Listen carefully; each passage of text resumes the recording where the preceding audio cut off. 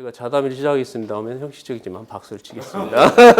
자담. 네. 그래서 이게 전북교육청에서 우리 김승환 교육감님 모시고 자담회를 하게 돼서 정말 반갑습니다. 특히 이제 세 분들은 또 교육 주체 또는 지역에서 교육의 중심이 되시는 또 분들이 함께 하셨는데요. 오늘 자담회를 말문을 여는 그런 단계에서 이제 새로 교육감들이 지금 2년이 지났습니다. 그런데 2년 전에 육사 지방선거 당시를 한번 생각해 보면서 그 당시에 이제 사실은 교육계에 어떤 격변이 일어났다 이렇게도 말도 하고 할 정도로 교육감들이 정말 혁신적인 생각을 가진 분들이 많이 당선되고 그랬습니다. 그래서 그 당시를 이제 돌아보면서 왜 이렇게 우리 교육 민심이 혁신적인 교육감을 선택했었던가 하는 얘기를 먼저 학부모 입장에서 그 당시 학부모님들이 사실은 많이 선택을 해주셨기 때문에 그쪽에 광주죠. 네, 광주 얘기부터 좀 시작하면서 어떤 분위기였는지 학부모님들이 그 말씀 좀 해보시죠. 네. 오늘이 세월호 참사 841일 되는 날이에요. 2014년 4월 16일에 온 국민이 보는 가운데서 우리 아이들이 다 바다에 수장되었잖아요. 충분히 구할 수 있었음에도 불구하고 구하지 못했다는 그런 의문은 지금까지 계속되고, 그런 의문이 지금은 거의 이제 분노에 가깝게 계속 진행되고 있는데요. 그런 것들을 보면서 우리 학부모들은 우리 아이들이 이렇게 구해내지 못하는 게 교육에 문제가 있구나. 교육을 바꾸지 않으면 안 되겠다라는 생각들을 좀 하게 된 거죠. 돈과 이윤에 눈이 멀어서 우리 아이들의 생명과 안전을 등요시한 것들, 그것을 교육을 통해서 이 사회를 바꾸지 않으면 안 되겠다, 그런 생각을 좀 했었죠. 그래서 이제 당시 우리 아이들이 또 충분히 빠져나올 수 있는 시간이 있었음에도 불구하고 그렇지 못한 것들은 그동안에 어른들 말을 들어라, 가정에서, 학교에서, 사회에서 계속해서 그 어른들 말을 듣고 가만히 있으라는 그런 교육을 계속 해왔었던 그런 결과 우리 아이들이 그 상황을 스스로 판단하지 못하고 이 급박한 상황일수록 어른들의 말을 더 잘 들어야지 우리가 살아날 수 있겠다라는 좀 생각을 했던 것이 아닌가. 그래서 이제는 이제 더 이상 가만히 있으라라는 그런 수동적인 교육을 해서는 안 되겠다라는 생각들을 좀 하게 된 것이죠. 그래서 어떻게든 교육을 바꿔야 되는데 지금에 있는 그 교육 시스템으로는 안 된다. 그러면 교육감도 지금을 이어주는 그런 교육감으로서는 안 된다. 그래서 다른 교육감이 필요하다. 그랬을 때 저희가 진보라는 이름을 달고 나온 많은 교육감들이 있었죠. 그래서 그분들이 이제는 지금의 교육을 바꿀 수 있겠구나라는 희망을 가지고 그분들한테 표를 준 것이죠. 그렇기 때문에 그런 민심을 등에 업고 당선된 교육감들은 정말 어깨가 더 무거울 수밖에 없지 않겠어요? 그때 우리 안승문 선생님도 투표는 물론 했을 거고 현장을 이제 직접 보신 분 중에 한 분인데 그때 분위기랄까 그런 것을 좀 말씀해 보시죠. 예, 그때 육사 이제 선거 결과를 보고 우리도 놀랬죠. 저희는 이제 곧 4년 전에 우리가 6명인가요? 진보교육감 6분의 시대를 열면서 뭔가 새로운 게 가능하다는 생각을 했었는데 이렇게 많은 분들이 선택되리라고는 사실 생각을 못한 거죠. 저도 하여튼 지금 우리 사회에 이 저변에 흐르고 있는 어떤 기류 내지는 이 언론이나 또는 이 겉으로 드러나지 않는 엄청난 소통이 지금 있다고 보이는데 그게 이제 카톡이랄지 SNS가 그런 거라고 볼 수 있죠. 그러니까 기존에는 오로지 그 뉴스를 통해서 기존 방송이나 이런 정규 매체를 통해서 얻을 수밖에 없었던 정보나 지식 또는 그런 대화가 그거와는 전혀 상관없는 엄청나게 많은 그런 소통의 시대가 지금 이미 열렸다고 보이는데 저는 이제 그런 흐름하고 세월호 참사로 일어났던 그 이른바 앵그리맘이라고 표현되는 엄마들의 또는 젊은 아빠들의 각성, 이런 것들이 바로 진보교육감을 13분이나 이렇게 탄생하게 하는데 원동력이 아니었나 싶습니다. 그렇군요. 정수 선생님은 그땐 교육과정이 돌직구를 안 던졌을 텐가요? 그때 장착하고 있을 때요. 그랬어요. 그런데 그때 물론 이제 전북의 경우 조금 느낌이 다르긴 했을 텐데 그런 뭐 예상 같은 걸 좀 했었어요. 이 교육계의 판도가 바뀌겠구나. 그러니까 이제 안승문 선생님하고 좀 비슷한 견해인데요. 이제 저는 이제 현장에 그때도 지금도 있으면서 이제 민선 1기 교육감 시절을 겪으면서 그 이전과 간성교육감 시절과의 그 변화를 저는 이제 직접 겪고 있는 현장에서 교사 입장에서 보면은 상당히 변화하고 있구나라는 걸 직접적으로 몸으로 좀 느끼고 있는 상황이었거든요. 민선 1기 때. 그러면서 이제 또 시대 변화에 맞춰서 SNS 확산 이런 것들로 교사가 그동안 좀 수동적인 존재 이런 것이었는데 그런 것들을 교육 현장의 목소리를 내기 시작했단 말이에요. 그러면서 뭐 세월호의 아픔도 있고 그랬지만 교사들 사이에서도 이런 좀 혁신적인 마인드의 교육감을 당선시키면 현장에 직접적인 이런 변화가 오는구나. 그런 사례들이 차츰차츰 교사들 사이에 확산이 돼가고 있었던 시점이었죠, 그때가. 아마 그런 영향도 이 이후의 교육감 선거에 상당히 많은. 저는 그러니까 어떤 질문을 많이 받았냐면요, 육사 지방선거 앞두고 교육감은 도대체 누구를 뽑아야 돼? 주로 이제 교육계에 있는 분들에게 물어보는 거예요, 이제. 그럴 때 현장에 있는 교사들이 그런 의견을 많이 표출해 주지 않았나 그렇게 생각을 하거든요. 또 전국적인 선거 판도를 보면서 혹시 어떤 생각을 그때 하셨어요? 그때 육사 지방선거 끝나고서 했던 말이 있어요. 교육감 선거 결과에 대한 엄정한 해석을 놓치면 정반대의 상황을 맞이할 수 있다. 그 말을 했거든요. 그러면서 많은 사람들이 언론도 마찬가지로 육사 교육감 선거가 진보 교육감의 승리라고 말하지만 나는 그렇게 생각하지 않는다 그랬어요. 정부의 수많은 유권자들, 학부모를 중심으로 한 유권자들이 아무개 후보가 진보 후보니까 선택했다? 나는 그렇게 안 본다고 그랬어요. 그리고 그 당시에 출마했던 후보자들에 대해서 지역에서 과연 얼마나 잘 알고 있었겠습니까? 4월 16일 그때 안산 단원고 아이들 그 생명 국가가 앗아가면서 학부모를 중심으로 전국의 수많은 국민들이 우리가 어떤 선택을 해야 내 자식 우리 아이들의 생명을 지킬 수 있겠냐. 그 아주 모성애적인 그런 마음이 발동한 결과가 그렇게 만드는 것이다. 그리고 또 하나는 만약에 교육감 선거에 정당 공천제를 했더라면 이런 결과가 나왔겠냐? 아니라고 봐요. 그 당시 교육감 선거에서는 정말 우리 유권자들이 어떻게 보면 천행으로 말 자유로운 선택을 할 수 있는 선거란 말이죠. 연고에 묶이지 않고 자기 양심에 따라서 선택할 수 있는 그 대한민국의 유일한 선거. 여기에서 유권자가 할 일을 한 것이다. 그렇게 보고 그다음에 아까 우리 최 회장님 진보를 달고 나온 후보 이런 표현을 쓰였잖아요.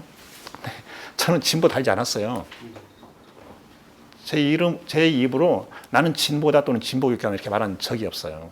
그리고 실제로 교육감을 해보니까 그런 이데올로기는 최소한 우리 교육 영역에서는 사라지면 좋겠다.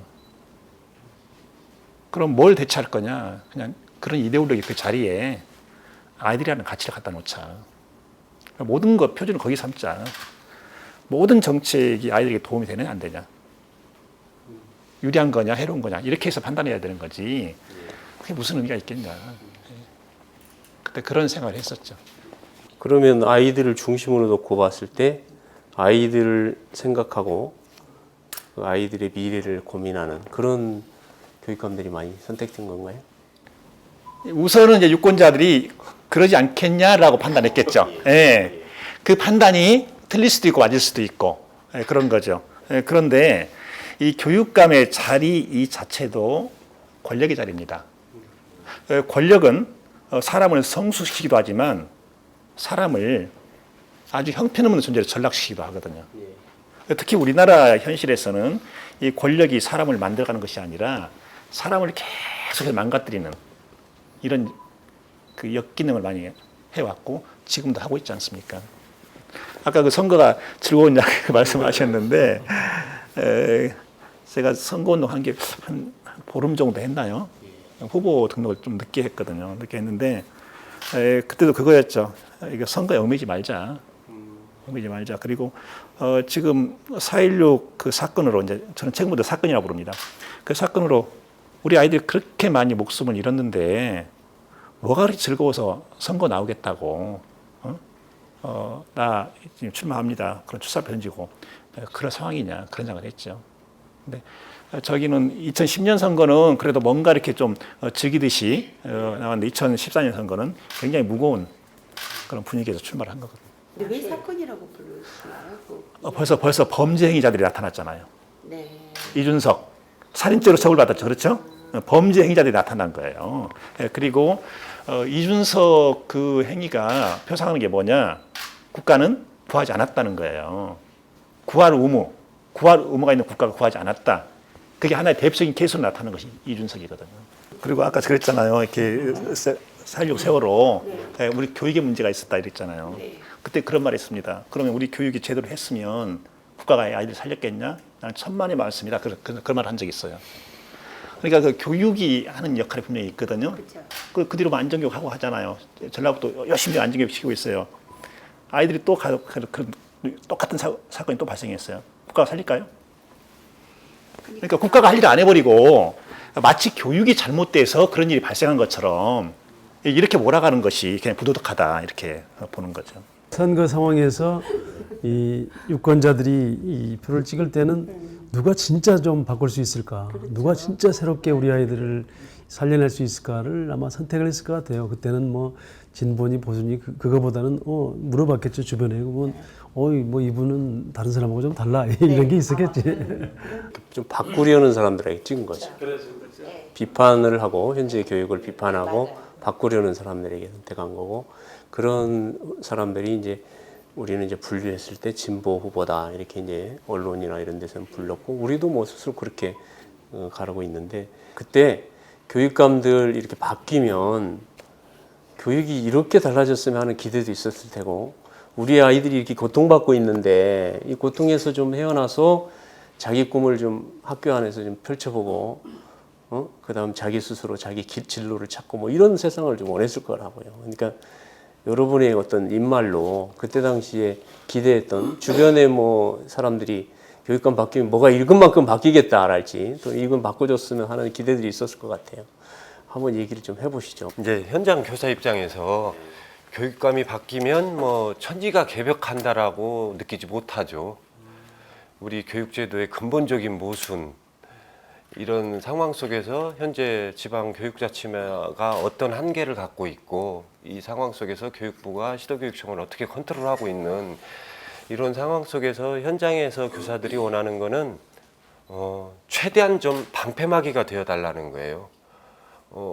셀 수 없이 많은 뭐 하루에도 셀 수 없이 수많은 공무원들이 사업화돼 가지고 학교로 내려오는데, 이런 것들을 어느 정도 좀 차단해 주면서 교육감 역할이 교사의 본분이 아이들하고 눈 마주치며 사는 건데, 갈수록 제가 현장에 2000년도 발령받아 가지고 계속 느껴왔던 게 뭐냐면, 아이들하고 눈 마주치는 시간보다 컴퓨터를 대하는 시간이 늘어간다라는 거예요. 갈수록 이제 이게 짜증도 나고 화도 나고 막 이러는 상황인데, 최소한 이제 민선 일기를 한번 겪었었고요. 아, 이런 시도를 하는구나. 그래도 교사의 본분인 교사가 아이들 옆으로 갈 수 있게. 그러나 이게 제도적인 모순에 좀 한계가 있는 상황 속에서 근본적인 변화. 그래서 저는 교사들은 큰 기대는 하지 않았다라고 봐요. 교육감이 바뀌면 막 교육이 근본적으로 확 이 교육 시스템을 알고 있는 교사들이기 때문에 어느 정도 방패막이는 해줄 거라. 그래서 그 기대치 정도는 그래도 한 13개 시도교육감들이, 물론 개인차는 다 있겠지만 그 정도의 만족도는 그래도 이루고 있지 않나 저는 그렇게 평가를 하거든요. 사실 학부모로서 이제 그런 교육감들한테 걸었던 기대들은 지금 그 14년도 육사 지방선거에서 당선된 많은 교육감들이 사실은 교육의 가치를 제대로 알고 학생을 그 중심에 두고 그리고 이제 그 입시 위주 경쟁 교육을 가장 지향하고자 했던 사람들이잖아요.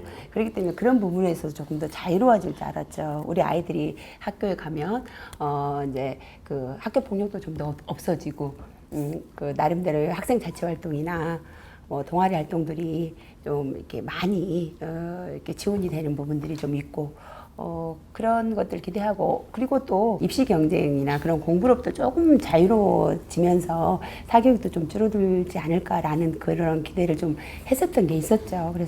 그래서 이제 그 초등학교부터 점차적으로 좀 뭐 일제고사 또 그 우리 당선됐던 분들이 다 일제고사 부분들을 다 반대하셨잖아요. 그래서 그런 것은 또 당연히 교육감 저는 그 권한으로 충분히 없앨 수 있을 거라고 생각을 했고 그런데 그런 거에 대한 기대들이 좀 많이 있었죠. 우리 아이들이 조금 더 자유롭게 더 클 수 있지 않을까라는 그런 기대들을 많이 가지고 있었죠. 제가 보기에는 그 13명의 그런 새로운 교육감들을 뽑아 주셨던 세월호의 민심 내지는 어떤 그 기대 그것을 초반에는 굉장히 긴장하고 뭔가 좀 해보려고 노력을 하셨던 것 같은데 제가 보기에는 지금은 많이 좀 느슨해지고 뭔가 좀 그러지 않나는 아쉬움이 있어요. 근데 그걸 보면은 좀 들여다보면은 주로 이 공약했던 거 있잖아요.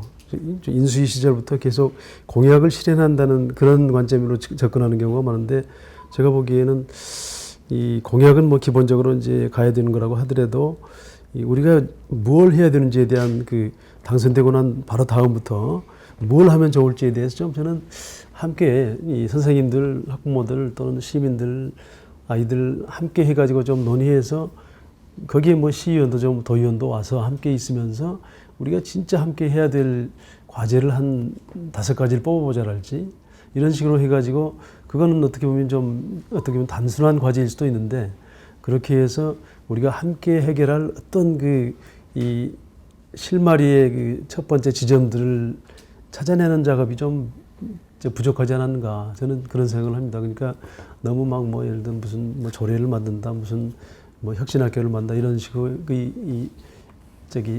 정책 공약에 좀 집착하면서 그것이 이제 뭐 어떤 도의 시도에서는 도의원들이 반대하기도 하고 뭐 또 공무원들이 어떻게 하기도 하고 해가지고 그걸 막 풀어내기 위한 교착 상태 내지는 뭐 이런 과정 속에서 이제 제가 보기에는 이 초기 동력이 좀 확 이렇게 불 붙고 말하자면 비행기가 이륙을 해야 되는데 제가 보기에는 이 비행기가 이륙하고 뭔가 함께 이렇게 뜻을 모으는 과정 같은 게 좀 아쉽지 않았나 싶고요. 지금이라도 저는 그게 좀 필요하다고 봅니다. 그러니까 학부모들이 보기에는 선생님들이 굉장히 아쉬움과 그게 있어요. 또 선생님들이 보시기에 학부모들에 대한 또 원망도 있고 기대도 있고 그렇게 서로들 기대하고 원망하는 뭔가 바라는 것들이 있는데 그걸 모아가지고 단 하나라도 막 함께 풀어가야 할 어떤 걸 결정하는 거.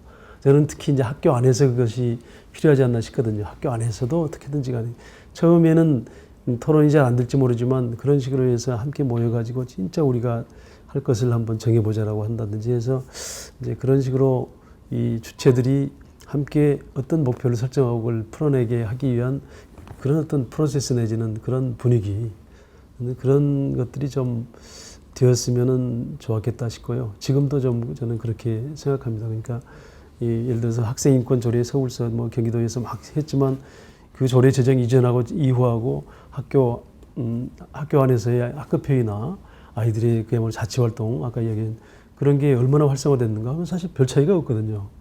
저는 오히려 자치활동 활성화를 위해서 우리가 뭘 해야 되는가를 좀 학교 안에서 토론하고 해서 어떤 실마리를 함께 만드는 프로세스가 필요하지 않았나. 그리고 앞으로도 그렇게 하면은 좀 뭔가 실마리가 나오지 않을까 싶어요. 저도 이제 뭐 제 개인적으로 생각을 하지만 주변에 물어보죠. 뭐 교육감들에 대해서 만족하냐면 별로 만족스럽지 않다는 거예요. 비판적인 얘기가 많고. 그런 뭘 기대했는데 뭐가 만족스럽지 않냐. 이게 뭐 예를 들어 지금 얘기하지만 뭐 입시 곧 입시 경쟁 교육 이런 걸 이거 얘기해봐야 그거 사실 네, 해결이 안 됐죠. 그런 걸 기대하는 것은 결국 교육감의 힘으로 못한다. 또 사실은 그렇게도 얘기할 수 있고 이게 뭐 여러 협력관계. 그래서 그런 거 아주 구체적인 얘기해라 봐라. 그래서 최근에 한번 어떤 사람은 얘기를 나눴는데요. 첫 번째 애들이 학교 오면 적어도 뭔가 애들하고 친구하고 관계라든 뭐 공부를 하든 하여튼 학교로 오는 이유가 있는데 중고등학교 가면 엎어져 잠자는 애들이 30-40% 이상 된다고 그러는데 그 진보 교육감들이 당선된 뒤에 과연 엎어져 잠자는 애들이 줄었냐? 네? 그 얘기를 하고요. 그 다음에 애들이 적어도 학교를 다니면서 공부 잘하는 애만이 아닌 20%가 아닌 나머지 애들도 뭔가 자기 꿈을 가지고 자기 앞날을 설계하거나 뭔가 그런 것이 느껴져야 되는데 과연 그러고 있냐? 네. 역시 아직도 공부 잘하는 20% 애들 외에는 비슷하다. 옛날과 같이. 그리고 여전히 학교 나갈 애들은 나가고 있다. 그런 얘기를 하고. 그 다음에 사교육비 얘기도 해요. 사교육비 고통이 좀 줄었어야 되는데 그거 뭐 전혀 줄지 않았다. 이런 얘기하고 있고. 교사들 얘기를 들어보면 교사들은 아까 이제 낮은 기대라고 그러는데 너무 힘들다는 거예요. 애들 가르치기가. 근데 그런 애들 가르치기가 왜 힘드냐 그러면은 뭐 예를 들면 한 반에 뭐 몇 명씩의 힘든 아이들이 꼭 들어있는데 그런 문제, 그 다음에 과도한 민원 뭐 이런 것 때문에 정말 교사가 너무 힘들다 옛날보다 훨씬. 근데 그것이 나아지지 않고 있다. 이렇게 구체적인 얘기들을 해요. 그러니까 이제 제 얘기도 포함해서 뭐 여러분들이 얘기하신 것들이 사실은 이제 새로운 교육감들에 대한 기대라고 볼 수 있는데 교육감 스스로도 뭐 물론 평가를 해보실 수 있고 또 전국의 교육감들을 이렇게 보시면서도 다 아실 수 있는 얘기니까 왜 그 기대만큼 안 되는 건지 또는 실제 또 기대만큼 된 것도 있을 거예요. 그런 것을 어떻게 생각하시는지 한번 말씀해 주시죠. 우리 국민들에게 필요하면서 늘 아쉽게 생각되는 게 냉철한 분석력이에요. 자기 생각이라고 말을 하는데 자기 생각이 아닌 거예요. 찌라시 이런 거 정보를 가지고 자기 생각인 것처럼 판단하는 경우가 많고 교육감을 놓고 볼 때 교육감이 무엇을 할 수 있는가 그 가능성 문제 그리고 어느 선부터는 더 이상 넘어갈 수 없는가 한계의 문제 이걸 냉철하게 봐줘야 되거든요. 교육감이 할 수 있는 게 뭔가 교육감이 가지고 있는 것 중에 중요한 게 인사권 있잖아요. 인사권, 교장 인사권. 교육감이 아무렇게나 교장 인사하면 안 되잖아요. 학교마다 다 특성이 있기 때문에 이 학교의 문제는 이건데 이 문제를 그래도 가장 잘 해결할 수 있는 후보가 누구냐 이런 식으로 이제 접근해 주는 거죠. 이건 그냥 교육감이 할 수 있는 일이고 당연히 해야 되는 일이에요. 교육장 마찬가지고 직속기관장 마찬가지고 여기 본청의 간부들 또 전문직 배치, 일반직 배치 다 마찬가지잖아요. 이건 교육감이 할 수 있는 일들이에요. 지금 전북교육청은 금년부터 초등학교의 경우에는 일제평가식 중간시험, 기말시험 없앴잖아요. 이건 교육감이 할 수 있는 일이거든요. 벌써 한 3년 넘었는데 방학숙제 없앴잖아요. 그건 교육감이 할 수 있는 일이라고요. 근데 교육감이 할 수 없는 일이 있어요. 그것은 법률적으로 막히는 경우가 있고 시행령이나 시행규칙으로 막히는 경우가 있고 또 정권의 어떤 강압적인 통치 방식으로 막히는 경우가 있어요. 또 하나 놓쳐서는 안 되는 것이 교육감 개인의 사욕 때문에 막히는 경우가 있단 말이죠. 교육감 개인의 사욕은 뭐냐? 그 자리에 대한 집착이죠. 이 자리에 그냥 나와서는 안 되겠네 하는. 근데 그게 사실은 가장 무섭고 그게. 그래서 일단 이제 이 부분을 차치하면 하나 예를 들죠. 제가 얼마 전에 전북교육감 6년을 하면서 정말 가장 크게 자괴감을 느끼는 것이 하나 있다. 이 말을 확대 간부회의 협상에서 했어요. 그 어떤 사례였냐? 세상이 6년이 지나도록 내부형 교장 공모제 한 번도 해보지 못했다. 그 말을 했어요. 근데 법률상으로는 내부형 교장 공모제를 시도 교육감이 자율적으로 판단해서 할 수 있도록 되어 있어요. 근데 시행령으로 막아버리는 거예요. 시행령으로 내부형 교장 공모제를 신청한 학교 중에서 자율학교 수 곱하기 0.15입니다. 그러나 최소한 7개가 돼야 한 자리를 하는 거예요. 한 번도 그 숫자가 채워지지 않는 거예요. 근데 외부에서는 뭐라고 말하냐? 김수환 교육감 진보 좋아하고 계시네. 내부형 공모제 하나도 못했으면서 이렇게 하는 거예요. 그러니까 철저한 냉철한 그 분석적인 사고가 우리 국민들이 많이 부족하다. 일단 자기 마음에 안 들면 문제가 있는 것으로 치부해버리는 거죠. 이게. 그런 거. 그 다음에 우리 그 정치 풍토가 있잖아요. 정치 풍토가. 어지간한 자리에 들어가면 전부 다 완장창으로 생각하더라고요. 그러면서 그 자리에서 수많은 그 자료들을 학교 현장에 요구하는 거예요. 그것은 전부 교사의 부담으로 간단 말이죠. 교육청에서 중간에 걸림장치를 한다 하더라도 그래도 한계가 있단 말이에요. 근데 그 사람들이 또 공통적으로 하는 이야기가 있어요. 교육이 살아야 한다. 자기들이 교육을 망가뜨리고 교육을 옥죄고 있으면서도 그 말을 또 한단 말이죠. 마치 선한 양심을 가지고 있는 교육 희망을 말하는 사람들인 것처럼 이렇게 한단 말이죠. 그래서 그런 것에 대해서는 사실은 우리나라에서도 교육 유권자 운동 이런 것들이 좀 이렇게 활성화되면서 그걸 철저하게 집어내고 문제를 제기하고 그다음에 비판하고 없앨 건 없애도록 하는 거예요. 이런 이제 운동이 필요하다는 것이죠. 그리고 이제 방금 이렇게 쭉 말씀 들어보니까 주로 이제 그 부정적인 이제 케이스들이에요. 기대했는데 안 됐다. 기대했는데 안 됐다. 그러면 기대했는데 된 것은 뭐냐 이렇게 돼요. 근데 안 된 것만 이야기하니까 어두워지는 거예요. 그럼 할 거 아무것도 없네 이렇게 되는 거예요. 근데 사실은 기대했는데 된 것이 있고 기대하지도 않았는데 된 것도 있고 이렇단 말이죠. 네, 그리고 개별 사례 굉장히 중요합니다. 개별 사례 굉장히 중요한데 여기서 우리가 오류를 보면서 안 되는 것은 개별 사례가 일반 사례인 것처럼 그러니까 개별 사례를 일반 사례화하는 그 오류 이것을 보면서는 안 된다는 것이죠. 그래서 하나의 시험이가 하나만 놓고 보더라도 전국 17개의 시도 교육청이 있잖아요. 그 산에 또 수많은 학교들이 있잖아요. 개별 사례들이 엄청나게 많다는 거죠. 아이들이 30, 40%가 중고등학교 잠자한다? 그런가? 1% 잠자지 않는 중고등학교도 적지 않게 있단 말이죠. 근데 마치 그것이 일반화된 것처럼 해가지고 우리 교육 아무것도 없네, 뭐 미래가 없네 이렇게 하면 도대체 교육의 희망을 우리가 발견할 수 없다 하는 거죠. 그래서 그런 긍정적인 사례들, 긍정적인 개별 사례들이 다른 데로 더 확산되도록 그런 노력이 필요하다는 것이죠. 그래서 거기서 필요하다면 이제 시도 교육청 간의 정보 공유, 확산 이런 것이 또 필요할 것이고.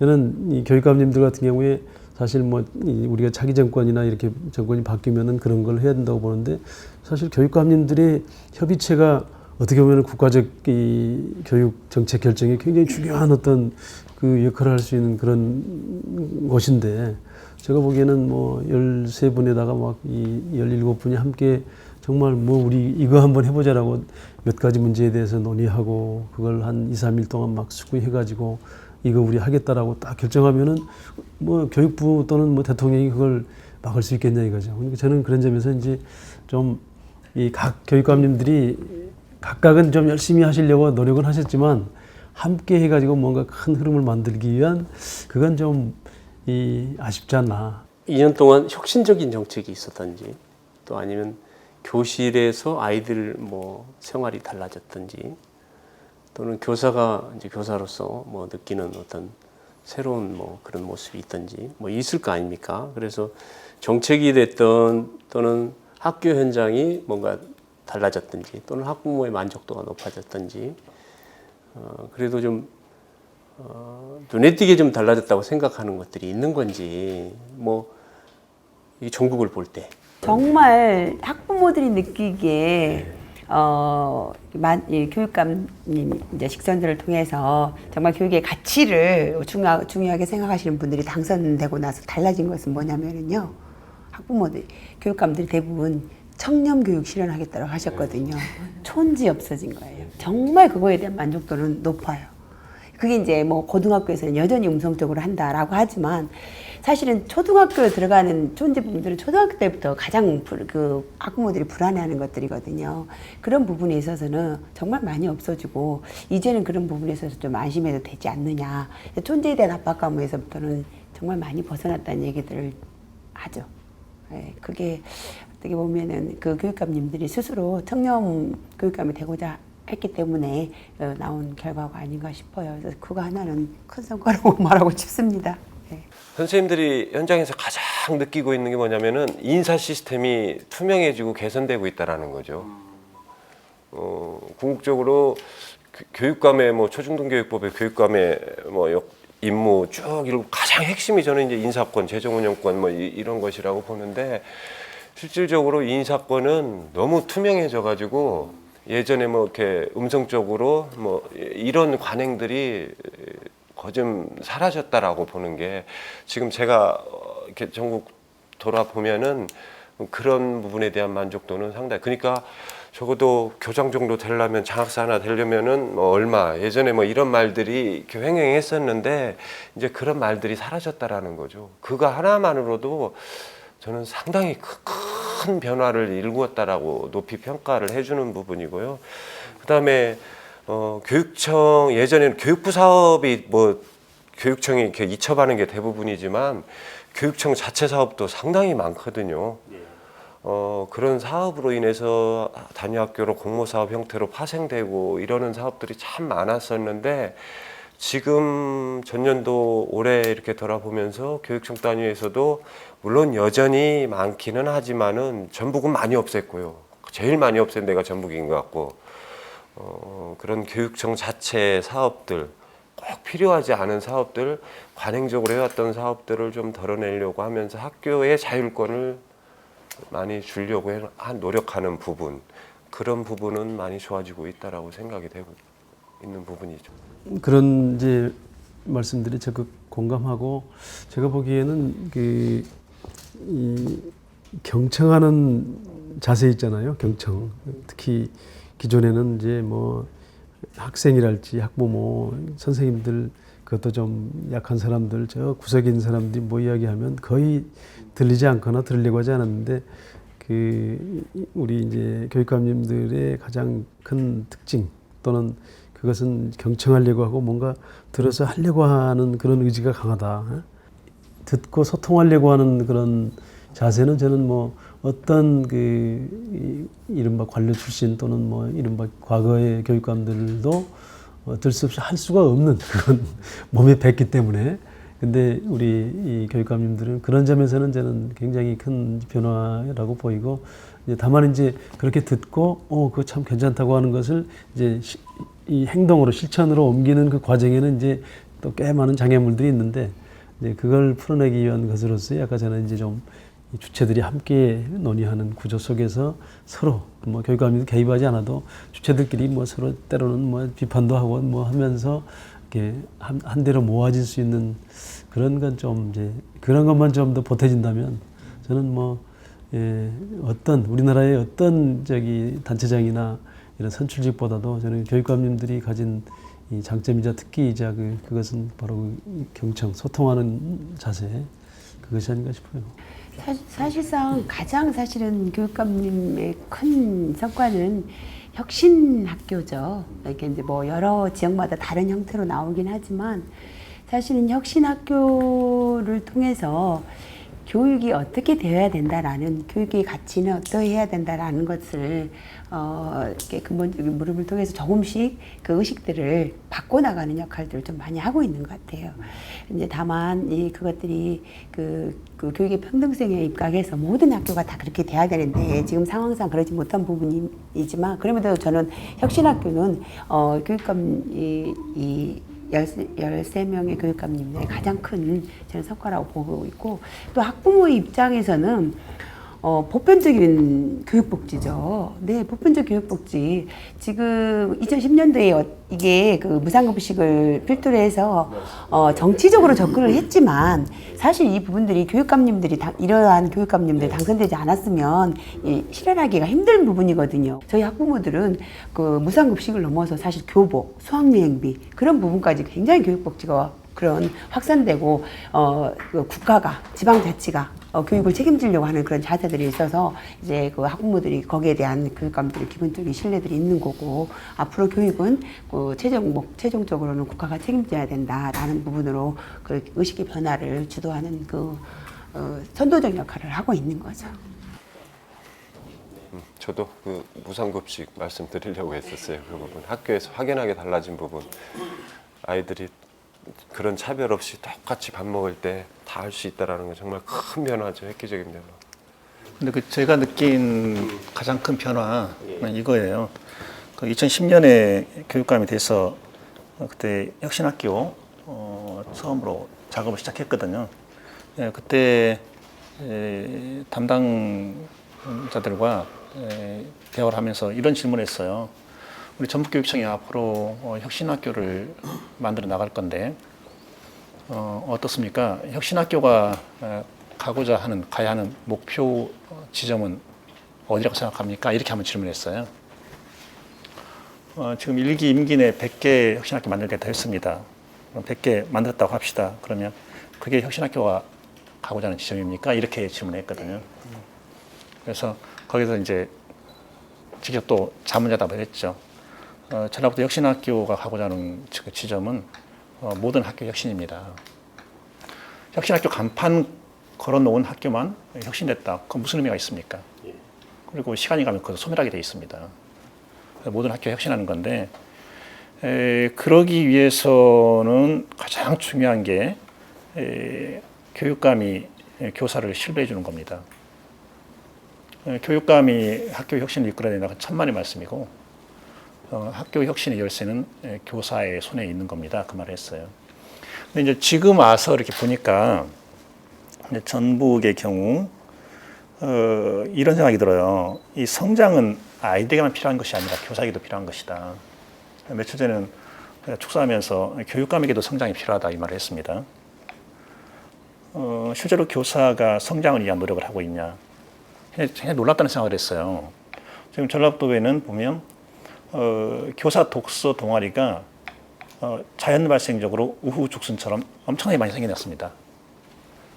그리고 교사 학부모 독서 동아리, 사제 동행 독서 동아리 이런 식으로 수많은 유형의 독서 동아리들이 이렇게 생겨나고 지금 활동을 하고 있는 거예요. 그 어느 학교는 보니까 학년별 교사 독서 동아리가 있어요. 그리고 보니까 일주일에 한 번씩 계속 책을 읽으면서 그걸 이제 공유하고 이렇게 하는 거예요. 그래서 굉장히 고맙더라고요, 교육감으로서. 이렇게 움직이는구나. 가장 큰 변화라면 저는 그걸 꼽을 수가 있거든요.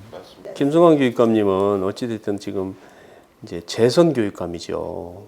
본인께서 처음 할 때보다 뭔가 좀 더 나아졌구나. 또 내가 안 했던 일인데 뭐 이렇게 새롭게 하고 있구나. 뭐 이런 것이 있다랄지. 뭐 재선 교육감 포함해서 다른 교육감들에게 혹시 눈에 띄는 것들이 좀 있으신가요? 알게 모르게 연대의 힘이 커졌어요. 그 일기 때보다 심리적인 안정감이 더 커졌고, 그리고 또 한 번 더 했다는 그것 때문에 이제 그 초선 교육감님들이 중간중간에 질문들을 하잖아요. 이렇게. 그러면 그때 정말 의미 있는 이렇게 답변을 할 수 있다는, 그리고 그것을 또 굉장히 경청들 하세요. 그런 것이 일기와 비해서 굉장히 달라진 것이고요.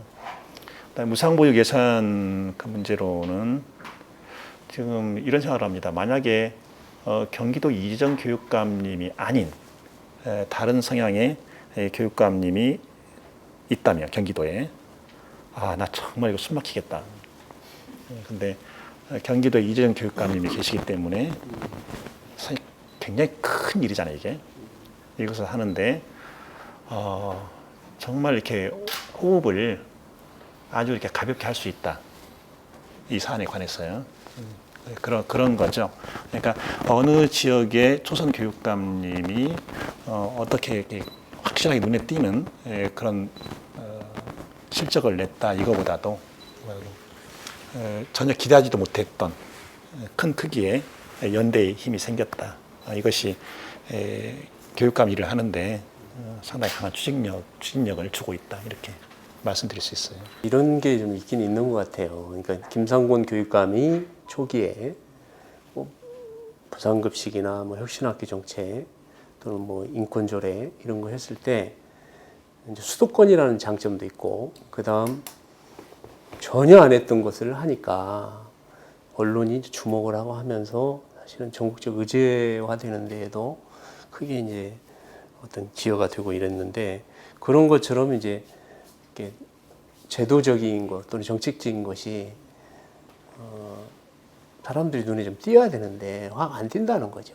그러니까 변화가 안 된 건 아닌데 그런 면에서 어떤 의제화되어서 나오는 것들이 좀 없으니까 변화가 없는 거 아닌가 이런 생각들을 하는 거 아닌가 싶어요. 김상곤 교육감님의 탁월함이라면 그 의제 설정이 아주 뛰어나시다는 거예요. 그리고 정확하게 그 시대의 변화를 읽고 거기 한 발 앞서가는 의제를 내놓는다는 거. 그런데 지금 그 후로는요, 그런 의제를 내놓을 만한 상황 자체가 아니고요. 그리고 사실은 좋은 의미에서 김상곤 교육감님께서 의제 독식을 하신 거예요. 그리고 이제 우리는 이제 그 뒤에 이제 후발주자로서 그 우리 지역에 맞게 그걸 만들어 나가는 것이죠. 그리고 또 하나는 교육 영역에서는요, 지나치게 의제 집착하는 거, 실적 집착하는 거 이건 좀 위험할 수가 있거든요. 정말 좋은 교육은 뭐냐? 그냥 아이들이 그냥 날마다 저렇게 행복해하네. 그리고 선생님들 저렇게 보람이 큰 거야 이런 식으로 그게 물 흐르듯이 가는 거 이게 저는 정상적이라고 보거든요. 그래서 교육감들이 너무 실적에 얽힐 필요는 없다 그 생각을 하고 좀 사소한 것이라고 볼 수도 있겠지만 교육감으로서 이렇게 교육 현장의 변화를 이렇게 들여다보잖아요. 근데 어제도 누가 그런 말했어요. 전북 교육이 달라진 게 뭐냐 이렇게 물어본다. 그래서 이 전북 교육에 달라진 것 중에 하나가 졸업식장에 눈물이 돌아왔습니다. 그 말을 했어요. 눈물이 돌아왔습니다. 그게 무슨 말입니까? 아니 언제부턴가 졸업식장에 가면 눈물이 없었지 않습니까? 사라져버렸지 않습니까? 근데 졸업식 할 때 몇몇 학교들 가보니까 아니 이렇게 서러운가 헤어지는 것이 할 정도로 그렇게 눈물을 쏟아내는 그런 학교들을 많이 봤다는 거죠. 근데 그 아이들은 뭐 당연히 워낙 감성이 뛰어나니까 운다고 하지만 교사가 울고 학부모가 울고 하는 그런 졸업식장. 그래서 우리 전북 졸업식장에는 눈물이 돌아왔구나 이제 제가 스스로 하는 표현입니다. 저희가 이렇게 교육감님을 저희가 원하는 교육감님을 뽑는 것은 저희를 지켜달라는 것이거든요. 우리 아이들을 지켜주고 학부모를 지켜주고 교사를 지켜줘야 되는 것이거든요. 그런데 이제 정말 교육의 가치를 중요하게 여기는 교육감님을 뽑아 놓다 보니까 현장에서 교사들이 그럼 이제는 우리가 애들한테 교육을 제대로 할 수 있겠구나 라고 해서 세월호 관련해서 4.16 교육도 하고 역사 관련해서 계기 교육도 하고 그랬던 것들을 계속 정부는 그 교사들을 징계를 했잖아요. 그 징계로부터 사실 보호해야 될 분이 교육감님이거든요. 그런 부분에서 나름의 가장 책임감을 가지고 보호를 해주신 분이 저는 전북교육감님이셨다고 생각을 하고 그것 더불어서 교육예산, 지방자치 예산 지켜내려고 했던 모든 부분에 있어서 저는 교육감님이 정말 많이 노력을 했고 이제 아쉬운 것은 다른 분을 설득해서 같이 손잡고 막 가셔야 되는데 그것은 하셨는데 안 됐는지 안 하시고 혼자 가셨는지 그런 부분들은 모르지만 어쨌거나 교육감님은 이런 모습에서 이렇게 보여줘야 된다 이런 모습을 보여줘야 된다라는 그런 모델들을 몇 가지 많이 제시를 좀 해하셨죠. 그런 부분에 있어서 제가 정말 김성환 교육감님을 좋아하는 이유이기도 합니다. 네. 교사들의 입장도 비슷한데요. 똑같이 교사나 학부모나 다 어차피 부모 입장이라고 저는 그런 면에 있어서는 생각하는데요. 보면 아까 그 연대 포기예요. 그러니까 이제 교육감님이 재선 오면서 연대를 통한 심리적 안정감 이런 거 말씀을 하셨는데 저 연대가 조금 더 공고해지면 안 될까? 그런 아쉬움이 있는 거죠. 늘 보면 다 같이 탁 차고 나가서 한번 같이 목소리도 물론 그렇게 목소리를 안 내왔던 게 아니에요. 그러나 이제 중간 과정 속에서 지역의 상황 이런 여러 정치적인 상황을 고려해서 또 이렇게 유야무야되고 힘이 기운이 빠지고 그랬던 모습들을 좀 현장에서 교사들도 지켜보면서 시도교육감 협의회가 조금 더 강고하게 연대를 해주면 더 좋지 않을까 그런 아쉬움은 좀 많이 갖고 있죠. 그것은 이제 교육감들을 위한 변명을 좀 해야 되겠네요. 이제 사안에 따라서 교육감들 사이 연대가 약해지는 경우가 있잖아요. 이 정도만 해주면 좋겠는데 안 된단 말이죠. 근데 그것은요, 권력이 헌법을 정점으로 하는 법질서의 틀 내에서 운용이 되면 괜찮아요. 근데 그 틀을 넘어서면 그것은 이름은 권력이지만 실질은 폭력이거든요. 근데 폭력적 권력 행사가 일상적으로 일어나는 거예요. 거기에서 교육감들에게 거기 철저하게 대응을 해나가라 하는 것이 과연 가능하겠냐. 정치 경험도 전혀 없습니다. 그렇죠? 그래서 정치가 뭔지도 잘 몰라요. 사실은 이 일을 해줘야 될 전문 정치인도 안 하고 있단 말이에요. 그 모든 요구를 교육감들에게 다 거는 것은 좀 무리가 있다. 근데 그래서 교육감들은 알죠. 이건 좀 이렇게 하면 좋겠는데 이제 못한다 하는 거. 그래서 그런 경우에 누군가 또 앞으로 이제 쳐나가고 치고 나가는 사람이 필요한 것이고. 그래서 그 부분도 이제 시간이 흐를수록 좀 이렇게 좋아질 거예요. 정도 되면 이제 맷집도 생기고. 맷집은. 아까 그 연대감 있잖아요. 연대감. 그 속칭 보수 교육감들은 어떠냐? 절대 그렇지 않아요. 이렇게 회의가 끝나거나 이렇게 중간중간에 이렇게 갑자기 손을 와서 딱 잡는 경우가 있습니다. 굉장히 첨예한 사안에서 분명히 회의석상에서는 의견이 대립을 했어요. 그런데 회의가 끝나고 나서 와서 손을 꽉 잡아요. 잡으면서 딱 이 말을 합니다. 미안합니다. 고맙습니다. 저희가 이제 주로 뭐 기대감 그리고 2년 동안에 이제 해왔던 성과 또 어떤 문제점 이런 얘기들을 쭉 했는데요. 이제 남은 뭐 2년도 있을 테고 또 이후에 이제 새로운 교육감들이 또 생길 텐데 그 교육감들에 대한 기대도 그렇고 앞으로의 이제 과제 이것들을 좀 얘기를 하려고 하는데요. 시간도 이제 뭐 거의 많이 지났고 해서 그런 얘기들을 좀 나눴으면 좋겠어요. 그래서 뭐 미진했던 거 그 같이 풀어서 얘기를 하시면 좋겠네요. 앞으로 2년 동안 좀 이런 걸 좀 해줬으면 좋겠다. 네. 이제 앞으로 2년 남아 있는데 학부모들이 사실은 교육 정책이 아무리 좋은 교육 정책이라고 해도 그것에 대해서 믿지 못하는 게 있어요. 왜냐하면 이 교육감이 그만두면 이 교육 정책도 사라지겠지. 이 대통령이 그만두면 이 교육 정책도 사라지겠지. 라는 것이죠. 유일하게 사라지지 않는 것은 입시 위주의 경쟁교육이겠지. 라는 그런 것들이 있는 거예요. 그렇기 때문에 저는 이제 앞으로 2년은 교육정책을 생산할 때는 아니라고 생각해요. 지금까지 했던 것들, 우리, 김성환 교육감님 같은 경우는 8년이거든요. 그럼 이제 학생 인권 조례를 통해서 학교 현장이 얼마만큼 인권 지수가 높아졌는지, 혁신학교를 통해서 교실의 수업 분위기는 정말 많이 달라졌는지, 그리고 뭐 학생들 그 교육자치 실현을 위해서 학생들한테 그 자치권들이 얼마나 많이 주어졌는지 그것들을 확인하고 그것이 조금 미진하다라면 그걸 더 보완해서 더 강력하게 제도로서 자리 잡을 수 있도록 좀 노력하는 것들이 필요하지 않을까 싶은 생각이 들어요. 마지막으로 저는 오늘 행복한 아이가 내일 또 행복할 수 있다라는 그런 신념들 다 가지고 계시잖아요. 저는 그것들을 위해서 남은 2년 동안 진짜 좀 노력하고 헌신해 주셨으면 좋겠습니다. 저도 이제 마무리 말씀 삼아 뭐 부탁 말씀 뭐 김승원 교육감님뿐만 아니라 전국의 교육감 뭐 보수 진보를 떠나서 전국의 교육감님들께 뭐 부탁드리는 말씀인데요. 현장 교사 입장에서도 너무 뭐 정치적 중립으로 이렇게 재갈을 물리기도 하고 뭐도 하면서 좀 답답한 이렇게 퇴행하고 있는 것들이 답답한데 교육부나 교육청 조직도 그것은 이제 그만큼 관리 조직이 비민주적이기 때문에 어떤 리더의 의존도가 그만큼 높기 때문이라고 권한이 그만큼 많이 가 있고 물론 제도적인 그런 부분이 있는데 학교도 마찬가지로 학교장 하나만 바라보고 움직이면 학교는 우리가 바라는 학교 자체는 그게 아니거든요. 이제 전국의 시도 교육감님들도 마찬가지라고 봐요. 저는 교육청에서 뭐 장학관이나 장학사님들 정책을 위반하시는 이런 분들이 교육감 의존도가 아직도 너무 높다. 저는 이제 그렇게 바라보고 있거든요. 교육감 바라기 하지 말고 정말 학교를 바라보고 학교에서도 선생님들 바라볼 필요 없고 아이들 바라보고 이 교육이 어디로 가야 되는지를 하고 그런 민주적인 아까 그 협치가 그런 개념이라고 봐요. 그런 시스템을 좀 만드는데 교육감님들이 힘을 남은 임기, 앞으로 임기 좀 써주셨으면 좋겠다라는 그런 취지 말씀드리고요. 하나는 더 저는 방과 후 학교 이게 정말 큰 문제라고 보거든요.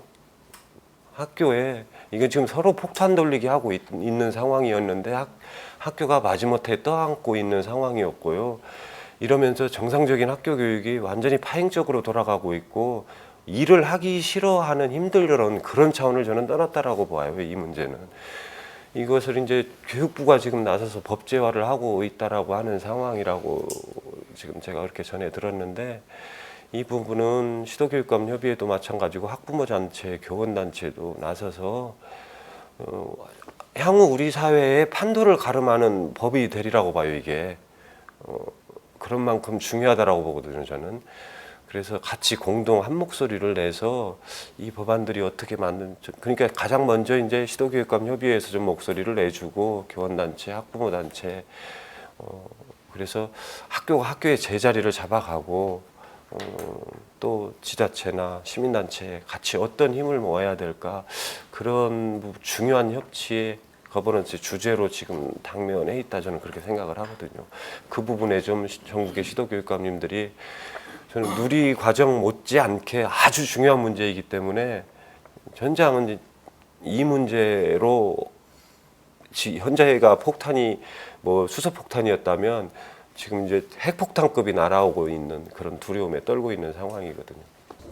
이 관련해 가지고 지금 서울에서는 방과 후를 이 구청장들이 시장과 구청장 그러니까 지역 사회가 방과 후를 맡아야 된다라고 해서 지금 일부 혁신교육지구에서는 이 동주민센터 그러니까 지금 동사무소가 뭐 방과 후를 지원하는 센터가 돼야 된다 이런 식으로 좀 시범 사업을 하고 있어요. 그리고 서울시는 아무튼 학교에서 방과 후는 꺼내야 된다. 학교는 자기 교육과정과 원래 해야 되었던 일에 충실하도록 하자 쪽으로 방향을 좀 잡고 있고요. 거기에 대해서는 서울에서는 어쨌든 간에 별 이견이 없습니다. 그러니까 좀 떠안아야 된다는데 그걸 떠안기 위한 준비를 하는 것은 필요하겠고요. 저는 그 앞으로 2년 정도 또는 그 이후까지를 내다본다고 볼 때 저는 요즘에 조희연 교육감님께도 계속 건의를 드리는 게 우리가 혁신이라는 말을 많이 썼는데 저는 이제 좀 혁신은 기본적으로 깔려 있는 거지만 이 미래 역량을 길러주는 어떤 교육, 그걸 뭐 미래 교육이라고 표현하든지 하여튼 뭔가 미래에 대비하는 어떤 그게 필요하다는 그 함의를 담은 그런 교육을 실현하기 위한 그런 방향 설정이 좀 필요하다고 보이고요. 그래서 조금은 말하자면 좀 범용적인 언어로 표현된 목표 설정이 좀 필요하지 않나 싶고요. 그다음에 그것을 위해서 가장 중요한 건 저는 이제 소통과 협력이 공동체를 회복하는 거라고 보이는데요.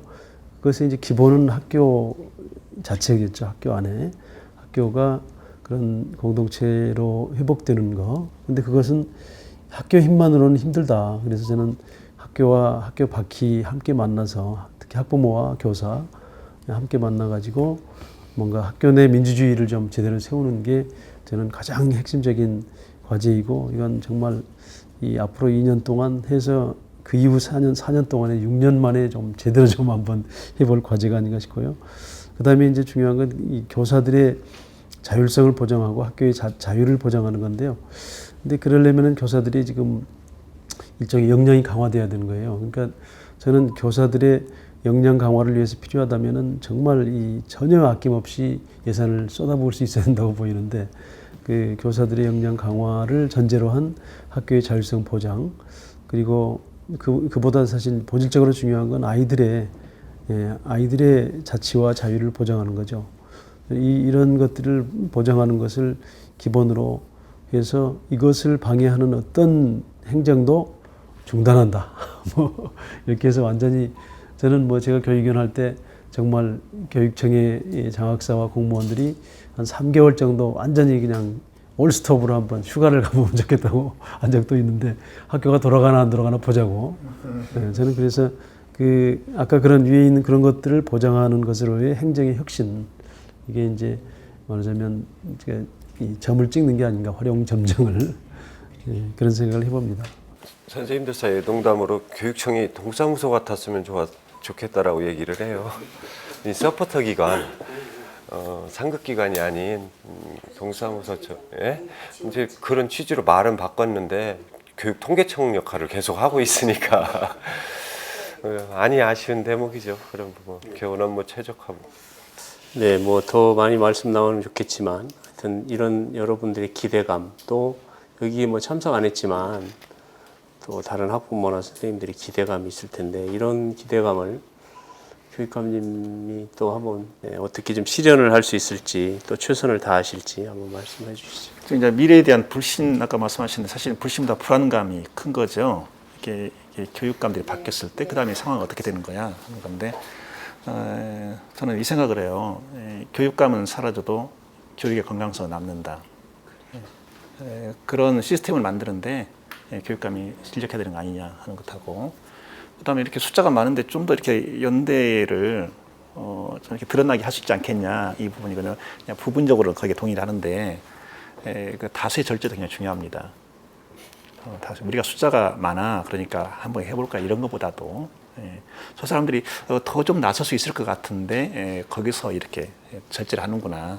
오히려 그것이 낳는 효과가 더 크지 않을까 그 생각을 하고요. 아까 이제 폭탄 돌리기 이야기했는데 학교에는 학교가 본질적으로 해야 하는 것만 요구를 해야죠. 국가도 그렇고 학부모도 그렇고 지역사회도 그렇고. 근데 우리는 그게 다 혼재돼 있어서 그 교사가 알파 오메가인 것처럼 아이와 관련된 모든 것은 꼭 교사가 해결해 줘야 되는 것처럼 도대체 세계 어느 나라에서 교사에게 이렇게 과도한 요구를 하는 나라가 있을까? 그래서 처음에 교육감 되고 나서 교사를 보니까 너무 안쓰러운 거예요. 이게. 그래서 상처는 상처대로 엄청 많이 안고 있고 여기서 무슨 뭐 개혁을 말한다, 혁신을 말한다 이게 가능하겠냐는 거예요. 그리고 문제 교사 분명히 있습니다. 문제 잠깐 있죠, 그렇죠? 그런데 이게 이제 그 이렇게 어떤 그 기구를 볼 때요, 네거티브 방식으로 걸러내잖아요. 걸러내고 나면 또 찍기가 또 남는 거예요, 이게. 그렇잖아요. 그래서 이것보다도 파지티브 방식으로 아까 이야기한 교사에 대한 신뢰를 먼저 주고 그리고서 그러면 네거티브 방식은 전혀 안 쓰냐 그게 아니죠. 문제 사례가 발견되면 거기에 맞게 또 처리를 하는 거예요. 이렇게 하고 지금 이제 안승문 선생님 이제 그 말씀하신 거 그게 어떻게 보면 앞으로 우리가 좀 해결해야 될 일이고 근데 그 교육자치 부분에 대해서는요 이제 한 말씀만 드리면 2009년 프레시앙에 나온 기사가 하나 있습니다. 그때 뭘 썼냐 프레시앙이 내년 6월 지방선거에서 교육감 5개 지역을 내주면 MB 정부는 교육정책을 마음대로 밀고 못 나간다. 이 기사였어요. 그게 2009년 프레시앙 기사였어요. 그런데 아마 그 당시 정권은 그런 상황은 나타나지 않을 거라고 자신했던 것 같아요. 그래서 그 교육행정을 지방으로 대폭 이양하는 그 플랜을 이미 갖고 있었어요. 그랬는데 갑자기 5개가 아니라 6개가 생긴 거예요. 그걸 다 접어버렸거든요. 근데 그때 그 플랜은 지금도 그대로 있을 거라고요. 그래서 그때 계획 세웠던 그대로 시도교육청으로 내리는 거. 이 일을 하는데 정말 우리 그 교육 공동체 모두가 힘을 합하는 일. 굉장히 중요하다고 보거든요. 그리고 이것은 내년 12월에 대선이 있잖아요.